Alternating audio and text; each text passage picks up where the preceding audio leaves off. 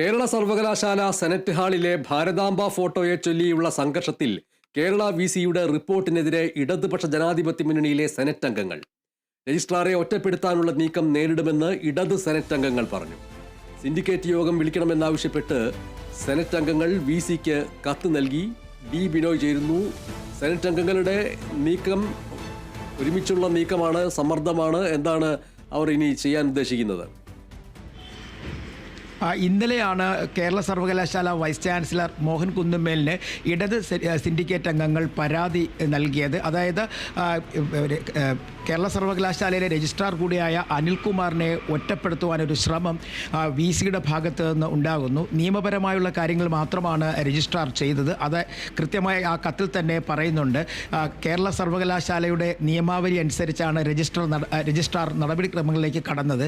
ഈ മതപരിപാടികൾക്കോ മതപരമായ ചിഹ്നങ്ങൾ പ്രദർശിപ്പിച്ചുകൊണ്ടുള്ള പരിപാടികൾക്കോ യാതൊരു കാരണവശാലും സെനറ്റ് ഹാൾ വിട്ടു നൽകാൻ പാടില്ല എന്ന് കേരള സർവകലാശാലയുടെ നിയമാവലിയിലുണ്ട്. അതിന് വിരുദ്ധമായി ചില നടപടിക്രമങ്ങൾ കേരള സർവകലാശാല സെനറ്റ് ഹാളിൽ നടന്നപ്പോഴാണ് രജിസ്ട്രാർ ഇടപെട്ടതെന്നും ആ ഇടപെടലിനെ അദ്ദേഹത്തിനെ ഒറ്റപ്പെടുത്തി കുറ്റാരോപിതനാക്കുന്ന നടപടി ശരിയല്ല എന്നും കാണിച്ചുകൊണ്ടാണ് ഇന്നലെ ഇടത് സിൻഡിക്കേറ്റ് അംഗങ്ങൾ വൈസ് ചാൻസലർക്ക് കത്ത് കൊടുത്തത്. മാത്രവുമല്ല, ഈ കത്തിൻ്റെ അടിസ്ഥാനത്തിൽ ഈ പ്രശ്നങ്ങൾ ചർച്ച ചെയ്യുന്നതിന് വേണ്ടി ഉടൻ തന്നെ ഒരു സിൻഡിക്കേറ്റ് യോഗം വിളിക്കണമെന്നും ആവശ്യപ്പെട്ടിട്ടുണ്ട്. എന്നാൽ ഇതുവരെയായും മോഹൻ കുന്നുമേൽ വൈസ് ചാൻസലർ ഒരു മറുപടിയും തിരിച്ച് നൽകിയിട്ടില്ല. അതേസമയം രാജ്ഭവനാകട്ടെ VC നൽകിയ റിപ്പോർട്ടിൻ്റെ അടിസ്ഥാനത്തിൽ ഒരു അന്വേഷണത്തിലേക്ക് നീങ്ങുകയാണെന്നുള്ള വിവരമാണ് പുറത്തു വരുന്നത്. കാരണം ഗവർണറെ അവഹേളിക്കുന്ന തരത്തിലായിരുന്നു രജിസ്ട്രാറുടെ നടപടിക്രമങ്ങൾ എന്ന് കാണിച്ചുകൊണ്ടായിരുന്നു റിപ്പോർട്ട് VC രാജ്ഭവന് കൈമാറിയത്.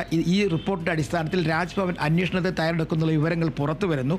ആ അന്വേഷണത്തിന് മുമ്പ് തന്നെ സിൻഡിക്കേറ്റ് യോഗം വിളിക്കണമെന്ന ആവശ്യമാണ് ഇടത് സിൻഡിക്കേറ്റ് അംഗങ്ങൾ മുന്നോട്ട് വെക്കുന്നത്. MS. ശരി, ഡി ബിനോയ്.